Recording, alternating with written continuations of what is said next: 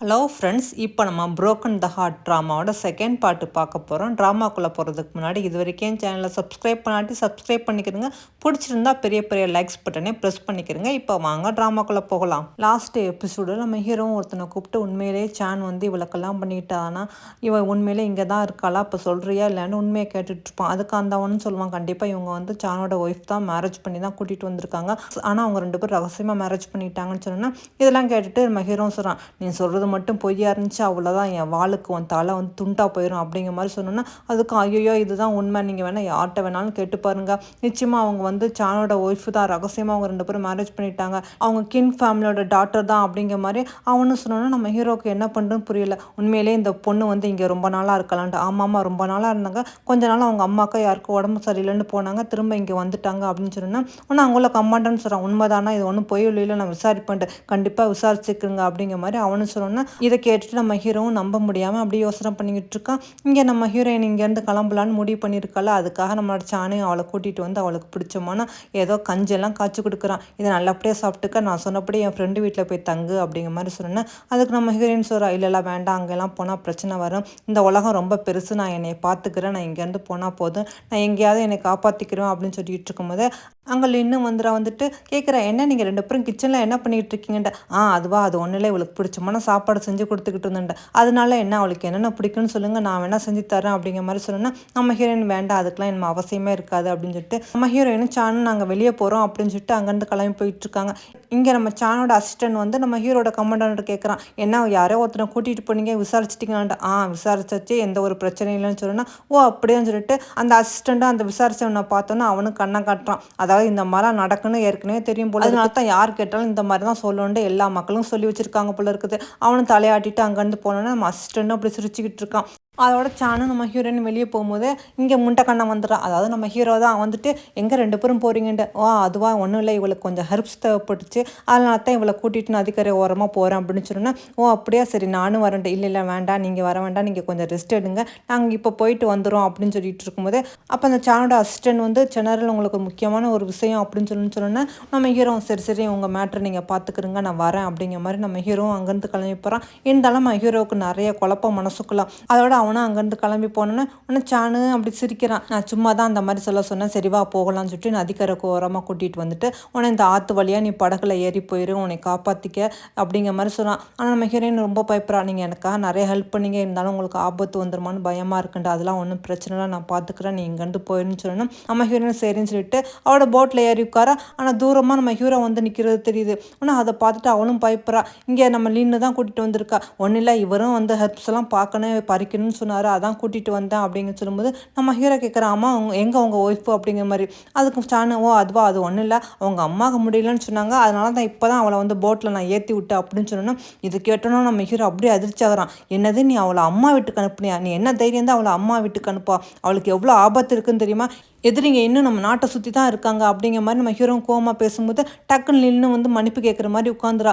Friends நீங்கள் கொஞ்சம் கோவப்படாதீங்க, ஒன்றும் இல்லை, அவங்க அம்மாவுக்கு உடம்பு சரியில்லைன்னு சொன்னாங்க, அதனால தான் அனுப்பி வைக்கிற மாதிரி இருந்துச்சு, அதுக்காக நீங்கள் கோவப்பட வேண்டாம் அப்படின்னு சொல்லிக்கிட்டு அவள் கெஞ்சிக்கிட்டு இருக்கா. நம்ம ஹீரோயின்மா அப்படி போய்கிட்டே தூரமாக நின்று பார்த்துக்கிட்டு இருக்கா. ஆனால் நம்ம ஹீரோ, நீ எவ்வளோ பெரிய தப்பு பண்ணிட்டான் தெரியுமா, உன் ஒய்ஃபை நீ தனியாக அனுப்புறதுக்கு நான் உனக்கு தண்டனை கொடுக்க போகிறேன்னு சொல்லிட்டு டக்குன்னு வாழை எடுத்து ஸ்டானோட வந்து சண்டை போடுறான். அவனும், ராஜா நீங்கள் என்ன பண்ணிக்கிட்டு இருக்கீங்க, ஏன் இந்த மாதிரி நடந்துக்கிறீங்கன்ட்டு. ஏன்னா கேர்லெஸ்ஸாக உன் ஒய்ஃபை வந்து நீ பார்த்துக்கிட்டதுக்காக நான் உன்னை மன்னிக்கவே முடியாதுன்னு சொல்லிட்டு டக்குன்னு அந்த வாழை ஒரு சண்டை போடும்போது நம்ம சான் வயிற்றுல அது லைட்டாக கீறிடுது. அதுக்கு சானு சொல்கிறான், நீங்கள் தேவையில்லாமல் என் ஃபேமிலி மேட்டரில் இங்கே ரொம்ப தலையிடுறீங்கன்ட்டு. உன்னை நான் யாருன்னு தெரியுமா, நான் தான் உன்னோட மாஸ்டர், நீ எனக்கு அடிமை, நான் சொன்னபடி தான் கேட்கணும், நீ இந்த மாதிரி பேசுனதுக்கு உன் கழுத்தை அப்படிங்கிற மாதிரி வாழை எடுத்து அப்படி வீச போகும்போது சானு வந்து சொல்கிறான், இதுக்கு மேலே நானும் பொறுமையாக இருக்க முடியாது, நீங்கள் தேவையில்லாமல் என் ஃபேமிலி மேட்டர் தலையிட்டுக்கிட்டு இருக்கீங்கன்னு சொன்னோன்னா டக்கு நம்ம ஹீரோயின் ஓடி வந்துடா. இங்கே என்ன நடக்குது அப்படிங்கிற மாதிரி நம்ம ஹீரோயினை பார்த்த உடனே தான் நம்ம ஹீரோக்கும் அப்படியே அமைதியாகிறான். உடனே சானு எதுக்காக இவ திரும்பி வந்தான்னு தெரியலையா அப்படிங்கிற மாதிரி நம்ம மாதிரி அவனும் பார்த்துக்கிட்டு இருக்கான். உடனே நம்ம ஹீரோயின் சொல்கிறா, நான் எங்கள் அம்மா முடியாமல் இருக்கான்னு பார்க்கலான்னு போனேன், ஆனால் அதுக்கப்புறம் தான் எனக்கு ஞாபகம் வந்துச்சு, நான் இல்லாமல் சான் ரொம்ப கஷ்டப்படுவார் அப்படிங்கிற மாதிரி, அதனால தான் சரின்னு சொல்லிட்டு எங்கள் அம்மாவுக்கு வேறு ஆளை ஏற்பாடு பண்ணிவிட்டு நான் திரும்பி வந்துட்டேன். ஏன் ஏதாவது பிரச்சனையா உங்களுக்குள்ள அப்படிங்கிற மாதிரி நம்ம ஹீரோயின் ஒன்றுமே தெரியாத மாதிரி கேட்டோன்னே அவனு சொல்கிறான், நீ எதுக்காக இங்கேருந்து போயிட்டு உடனே திரும்பி வந்தா உண்மையை சொல்லு அப்படிங்கிற மாதிரி. இல்லை இல்லை உண்மையாக தான் என் புருஷன் உண்மையில நான் இல்லாமல் ரொம்ப கஷ்டப்படுவார், என் மேலே அவ்வளோ அன்பு அப்படின்னு சொன்னோன்னா இதை கேட்டோன்னா நம்ம ஹீரோவுக்கு பயங்கரமான கோவம் வந்துடுது. ஓ அப்படியா அப்படிங்கிற மாதிரி வாழை டக்குன்னு உள்ளே வச்சுட்டு சரி நான் இங்கேருந்து கிளம்புறேன் அப்படிங்கிற மாதிரி சொல்லிட்டு போனோன்னா ஆனால் அந்த லின்னு சொல்கிறா, சரி சார் ராஜா மட்டும் தனியாக போகிறாரு நீனும் போ சான் அப்படின்னு சொன்னோன்னா சானு நம்ம ஹீரோட போவா, லீனு நம்ம ஹீரோயினை கூட்டிகிட்டு அப்படி வரும்போது அப்போ கேட்குறா, நீ குயின்ஸு தானே, நீ வந்து பழி வாங்குறதுக்கு தானே வந்திருக்கா அப்படிங்கிற மாதிரி கேட்டோன்னே நம்ம ஹீரோயின் அப்படி தடுமாறுது. நீ என்ன சொல்கிறா எனக்கு ஒன்றும் புரியலையே, நான் குயின்ஸ் இல்லையே, நான் ரூஹா தானே. இல்லை நீ பொய் சொல்லாத, என்ன சான் எல்லாத்தையும் மறந்துட்டேன் ஆனால் நான் இதையும் மறக்கல, அதே மாதிரி நீனும் மறந்துருக்க மாட்டா அப்படின்னு சொல்லிட்டு அவளை தண்ணிக்குள்ளே தள்ளி விடுற மாதிரி அப்படி வரா. அப்போ தான் அந்த லின்னு அப்படியே யோசனை பண்ணி பார்க்குறா, அதாவது குயின்ஸுன்னு ஒருத்தி அசல் நம்ம ஹீரோயின் மாதிரியா இருக்கா, அதாவது இப்போ இருக்கிற ஹீரோயின் மாதிரியே. அப்போ தான் அவங்க 2 பேரும் போட்டில் போயிட்டு இருக்காங்க. அப்போ குயின்ஸையும் எதிர்பாராத விதமாக ஆற்றுக்குள்ளே விழுந்துறா. காப்பாற்றுங்க காப்பாற்றுங்கன்னு அவளும் கத்தும்போது ஆனால் லின்னு பார்த்துக்கிட்டே இருக்க, அவளை காப்பாற்ற மாட்டேங்கிறா. ஏன்னா லின்னுக்கு சான் மேலே அவ்வளோ லவ். ஆனால் சான் வந்து நம்ம குயின்ஸியை வந்து லவ் பண்ணி மேரேஜ் பண்ணிக்கிட்டா, அதனால அந்த மேரேஜ் அவளால் ஏற்றுக்க முடியல. இப்போ இந்த சந்தர்ப்பத்தை பயன்படுத்தி இவளை சாவை விட்டு வேடிக்கை பார்த்துக்கிட்டு இருக்கா. நீ தானே நீ பழி வாங்க வந்திருக்கியா அப்படிங்கிற மாதிரி நம்ம ஹீரோயின்கிட்ட கேட்டுக்கிட்டு அந்த லின்னு நம்ம ஹீரோயினை தண்ணியில் தள்ளிவிட போகும்போது அந்த நேரம் பார்த்து நம்ம ஹீரோவும் சானும் வந்துட்டு சரி ரொம்ப நேரம் ஆயிடுச்சு, நானும் இந்த இடத்த சுற்றி பார்த்தா ரொம்ப நல்லா இருக்குது, நம்ம இப்போ எல்லோரும் மென்ஷனுக்கு கிளம்பி போகலான்னு சொன்னோன்னா லின்னு ஆமாம் பாவம் ரூகா வந்து ரொம்ப டயர்டாக இருக்கா, நம்ம இங்கேருந்து போயிடலான்னு சொல்லிட்டு அதோட எல்லாரும் கிளம்பி அப்படியே மென்ஷனுக்கு கிளம்பி வராங்க.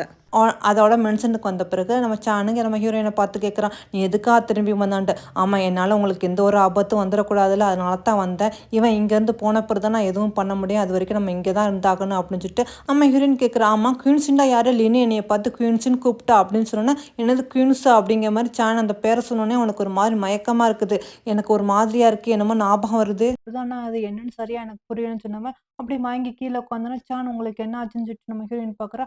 பார்த்தா அவன் வயிற்றில் அடிபட்டுருந்துச்சுல, அந்த பாய்சன் வந்து உடம்புலாம் பரவுது போல இருக்குது.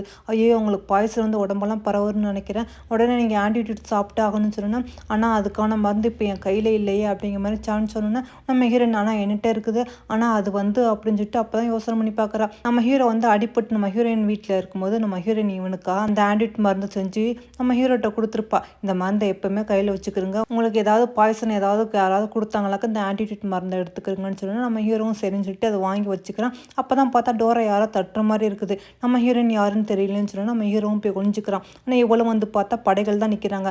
என்னாச்சு அப்படிங்கிற மாதிரி கேட்டோன்னா ஒன்றும் இல்லாமல் இங்கே ஒருத்தன் அடிப்பட்டவன் வந்தானா அவள் பக்கத்து நாட்டு எதிரி அதான் அப்படின்னு சொன்னோன்னா நம்ம ஹீரோயின் இல்லை அப்படிலாம் இல்லைன்னு சொன்னோன்னா ஓ அப்படியே இல்லை நீ தனியாவாக இருக்கா அப்படின்னு சொல்லிட்டு அவனும் நம்ம ஹீரோயின்ட்டு தப்பாக நடக்க வரான். ஆனால் ஒளிஞ்சு நம்ம ஹீரோ வந்து அந்த படைகள் எல்லாத்தையும் அடிச்சு போட்டுட்டு வா இங்கேருந்து போயிடலாம் அப்படிங்கிற மாதிரி நம்ம ஹீரோயினை கூட்டிகிட்டு அவன் காட்டு வழியாக வரான்.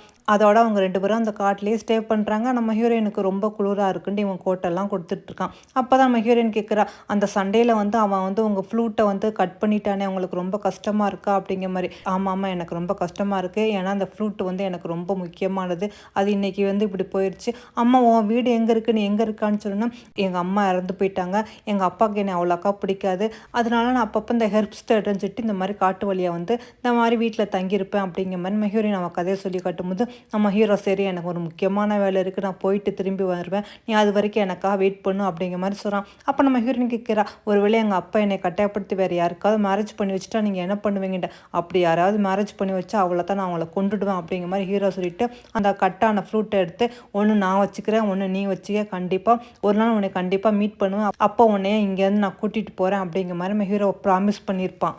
இதெல்லாம் அப்படியே நம்ம ஹீரோயின் யோசனை பண்ணிவிட்டு சரி அந்த மருந்து கண்டிப்பாக அவன் கையில் தான் இருக்கும், இப்போ இருக்கா இல்லையான்னு பார்த்துடலான்னு சொல்லிட்டு ஹீரோயின்னு நம்ம ஹீரோவோட ரூமுக்கு வந்துட்டு சரி மருந்து எடுக்க போகிறா. அப்போ தான் அந்த பாதி ஃப்ளூட் இருக்குது, அதை எடுத்து பார்த்துக்கிட்டு இருக்கும்போது நம்ம ஹீரோ வந்துட்டு நம்ம ஹீரோயின் கையை பிடிச்சிட்டு நீ எதுக்காக இங்கே வந்தா சொல்லு அப்படிங்கிற மாதிரி கேட்டுட்டு எதுக்காக அந்த ஃப்ளூட்டை நீ கையில் எடுத்து வச்சுக்கிறா அப்படின்னு சொன்னோன்னா நம்ம ஹீரோயின் சொல்கிறா, அதுவா அது ஒன்றும் இல்லை, சானுக்கு வந்து உடம்பு அடிபட்டுருக்கு, அவனுக்கு பாய்சன் ஏறி இருக்குது, அதான் உங்கள்கிட்ட ஏதாவது மருந்து இருக்கான்னு கேட்க வந்தேன், அதனால தான், மற்றபடி ஒன்றும் இல்லைன்னு சொன்னோன்னா நீ என்னமோ பொய் சொல்கிறா, ஏன்டா அவனோட வாய்ஸ்லாம் கேட்கும்போது எனக்கு ரொம்ப தெரிஞ்சவங்க எனக்கு வேண்டிய பொண்ணோட வாய்ஸ் மாதிரியே இருக்குது, ஆனால் என்னால் சில விஷயங்கள் நம்பவும் முடியல நம்பாமல் இருக்கவே முடியல, ஆனால் இந்த உண்மையெல்லாம் கண்டிப்பாக ஒரு நாள் வெளியே வரும், அப்படி வந்துச்சாக்கு ஆனால் உன்னையும் சானையும் நான் சும்மா விட மாட்டேன்னு சொன்னேன்னா நம்ம ஹீரோனை நீங்கள் தப்பாக புரிஞ்சுக்கிட்டீங்க, எதுவுமே இல்லை நான் அந்த மருந்துக்காக மட்டும்தான் வந்தேன், என் ஹஸ்பண்டோட உயிரை காப்பாற்றுன்னு சொன்னேன்னா ஓ அப்படியே வேறு ஒன்றும் இல்லையான்னு நம்ம ஹீரோவும் கேட்க இவளும் இல்லை அதெல்லாம் ஒன்றும் இல்லை அப்படிங்கிற மாதிரி சொல்லிட்டு அவளும் அங்கேருந்து போகிறா. அப்போ ஹீரோவும் சொல்கிறான், நாளைக்கு உங்கள் எல்லாத்துக்கும் விருந்து ஏற்பாடு பண்ணிக்கிறேன், கண்டிப்பாக நீ நீ வரணும் அப்படிங்கிற மாதிரி சொன்னால்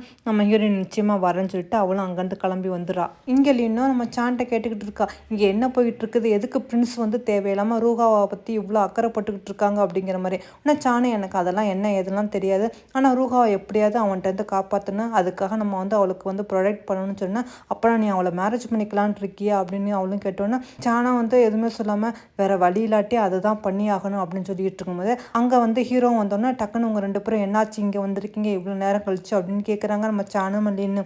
ஓ அதுவா நாளைக்கு என்னோடய ஒய்ஃபோட பர்த்டே, அதுக்காக நான் உங்களை விருந்துக்கு இன்வைட் பண்ண வந்திருக்கேன், கண்டிப்பாக நீங்கள் நாளைக்கு வந்துடணும் அப்படிங்கிற மாதிரி சொன்னோன்னா சாணும் சரின்னு ஒத்துக்கிறான். அதோட சரிஞ்சுட்டு எல்லாரும் விருந்துக்காக வராங்க. நம்ம ஹீரோ அவங்களுக்கா தடபுடலாம் விருந்தெல்லாம் ஏற்பாடு பண்ணி வச்சுருக்கான். நீங்கள் இங்கே வந்ததுக்கு ரொம்ப ரொம்ப சந்தோஷம், வாங்க அப்படின்னு சொன்னோன்னா நம்ம ஹீரோயினுமே பயந்து பயந்து அப்படி வந்து உட்காரா. அதோட சரின்னு சொல்லிட்டு என் ஒய்ஃபுக்கு மீனுண்டா கொஞ்சம் அலர்ஜி, அவளுக்கு ஒரு ரேசஸ் வந்துடும், அதனால நான் மீனே சாப்பிட்றதில்ல, இப்போ தான் என் ஒய்ஃபு என் பக்கத்தில் இல்லை, அதனால தான் மீன் சாப்பிட்லான் இருந்தேன், அதான் உங்களுக்காக ஏற்பாடு பண்ணியிருக்கேன், நீங்களாம் சாப்பிடுங்க அப்படிங்கிற மாதிரி. வேணும்னாலும் நம்ம ஹீரோயினை டெஸ்ட் பண்ணுறதுக்காக அந்த மீன் சாப்பாடு நம்ம ஹீரோயினை சாப்பிட சொல்ல நம்ம ஹீரோயின் கொஞ்சம் யோசனை பண்ணிவிட்டு அப்படி பார்த்தா அவனும் இவ்வளோ வச்சக்கன்னு வாங்க பார்த்துக்கிட்டு இருக்கான். சரி வேறு வழி இல்லைன்னு சொல்லிட்டு அவளும் அப்படியே எடுத்து அந்த மீனை சாப்பிட்றா. ஆனால் இவனா வந்து அங்கே உள்ள அகர்பத்தியை பார்த்துக்கிட்டு இருக்கான். அது எரிஞ்சு முடிகிறதுக்குள்ளே கண்டிப்பாக இவளுக்கு ராசஸ் வந்துடும், நம்ம எப்படியாவது கண்டுபிடிச்சிடான்ட்டு நம்ம ஹீரோ வெயிட் பண்ணிக்கிட்டு இருக்கான். இங்கே நம்ம ஹீரோயினுக்கு எங்கே அலர்ஜி வந்துருமோன்னு ரொம்ப பயந்து இருக்கிறா. ஆனால் இதெல்லாம் கவனிச்சான்னு சரி சாப்பிட்டு முடிச்சாச்சு நாங்கள் கிளம்புறோன்னு சொல்லிட்டு கிளம்ப போகிறான்.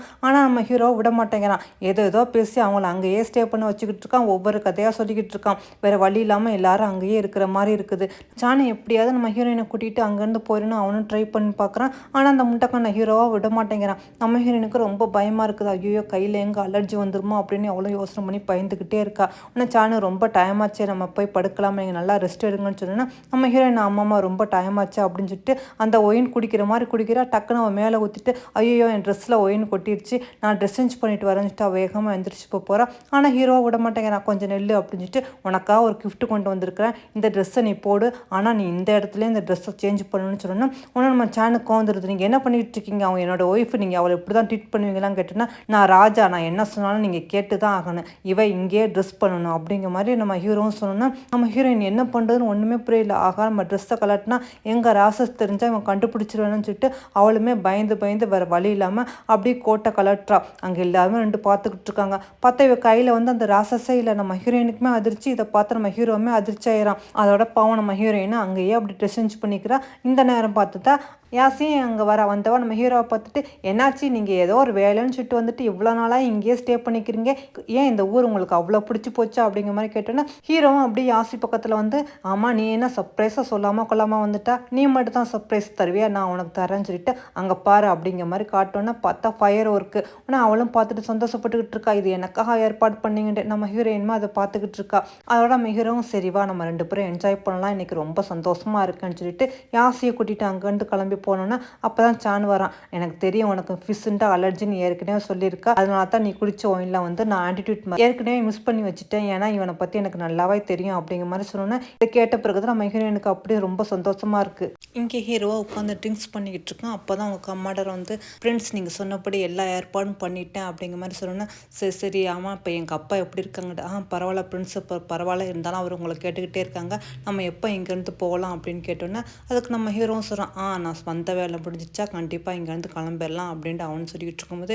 இங்கே நம்ம ஹீரோயினை சாண்ட்டை எல்லா உண்மையே சொல்லிக்கிட்டு இருக்கா. அதாவது நம்ம ஹீரோயினை எப்படி மீட் பண்ணிக்கிட்டாங்க, இப்போ என்ன பிரச்சனை போயிட்டு இருக்குது அப்படிங்கிற மாதிரி சொல்லிக்கிட்டு இருக்கா. அடுத்த நாள் காலையில் வந்துக்கிட்டு இருக்கா. அவன் நைட்டெலாம் சரியாக தூங்கலப்புல இருக்குது. அப்படி மயக்கமாக வந்தோடனே டக்கு நம்ம சான் மேலே இடிச்சிட. அவனை சான் என்னாச்சு உனக்கு ஏதாவது பிரச்சனையான்னு கேட்டோன்னா அதெல்லாம் ஒன்றும் இல்லை, நைட் நான் சரியாக தூங்கல, அதான் கொஞ்சம் மயக்கமாக இருக்குது, நான் ரெஸ்ட் எடுக்கிறேன் அப்படின்னு சொல்லிட்டு அவனும் அங்கேருந்து போனோன்னே நம்ம சானோட ஃப்ரெண்டு கேட்குறான், என்னடா இது அவளுக்கு மயக்கமாக இருக்கா, நேற்று ட்ரிங்க்ஸ் வேறு பண்ணியிருக்கா, நைட்டு ஃபுல்லாக தூங்கலன்னு சொல்லியிருக்கா, அப்போனா நீங்கள் உங்கள் 2 பேருக்கும் என்ன கசமசா, இதெல்லாம் என்கிட்ட சொல்லாமல் நீ மறைக்கிறியா அப்படிங்கிற மாதிரி அவனும் அப்படி கிண்டடிச்சுட்டு அங்கேருந்து போனோன்னா சாணை இதை கேட்டுக்கிட்டு இருக்கான். நம்ம ஹீரோயின் சரி வந்துக்கிட்டு இருக்கா. பார்த்தா அந்த யாசி வந்து நிற்கிறா. நான் கேள்விப்பட்டேன் நீ கின் ஃபேமிலியோட சேர்ந்தவளாம்ல, உங்கள் அப்பா பெரிய தளபதின்னு கேள்விப்பட்டேன், அப்போடா நீனும் ஒரு பெரிய வீராங்கனையாக தான் இருப்பா, உனக்கு வந்து எல்லா கலையும் தெரியுமா அப்படிங்கிற மாதிரி நம்ம ஹீரோயின்கிட்ட கேட்டோன்னா நம்ம ஹீரோயின் எனக்கு எல்லா கலையும் தெரியுமே அப்படிங்கிற மாதிரி சொல்லிக்கிட்டு அங்கே உள்ள ஈட்டி எடுத்து எடுத்து டக்குன்னு அந்த யாசி கழுத்துக்கு நேரம் நீட்டுறா. உன்னை இதை பார்த்தோன்னே யாசி கோவந்துருது. நீ என்ன பண்ணிட்டு இருக்கான்னு தெரியுமா, நான் யாருன்னு தெரியுமா,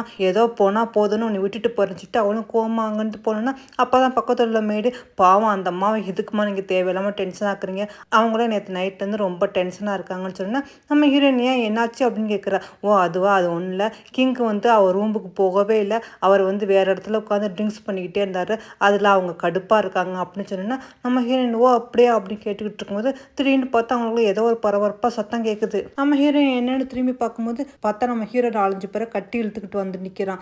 நம்ம ஹீரோயின் பார்த்துட்டு இது இவங்களாம் யார், எதுக்காக இங்கே கூட்டிகிட்டு வந்திருக்கீங்க கேட்டோன்னா, ஓ இவங்களாம் அவங்க இந்நாட்டு மக்கள், நான் தான் சொன்னலாம் இன்னும் எதிரி நாட்டு படைகள் நம்ம நாட்டை சுற்றிக்கிட்டு இருக்காங்கன்ற, அதான் இவங்க எல்லாத்தையும் இங்கே கூட்டிகிட்டு வந்திருக்கான், இவங்க எல்லாரோட தலையும் உனக்கு கல்யாண பரிசாக கொடுக்கலான்ட்டு இருக்கேன் அப்படிங்கிற மாதிரி நம்ம ஹீரோவும் சொல்கிறான். உனக்கும் சானுக்கு ரகசியமாக மேரேஜ் ஆனிச்சுல, அதான் நான் தடப்படலாம் மேரேஜ் பண்ணலான்னு இருக்கேன், அதுக்கு கிஃப்டாக தான் இவங்களெல்லாம் கொண்டு வந்திருக்கேன், மேரேஜ் காலில் இவங்களோட உயிரை உனக்கு தரேன் அப்படிங்கிற மாதிரி சொன்னேன். இதெல்லாம் கேட்டு நம்ம ஹீரோயினுக்கு அப்படி கோவத்தில் அப்படி என்ன பண்ணுன்னு தெரியாமல் அப்படி கையை இறுக்கிக்கிட்டு இருக்கா.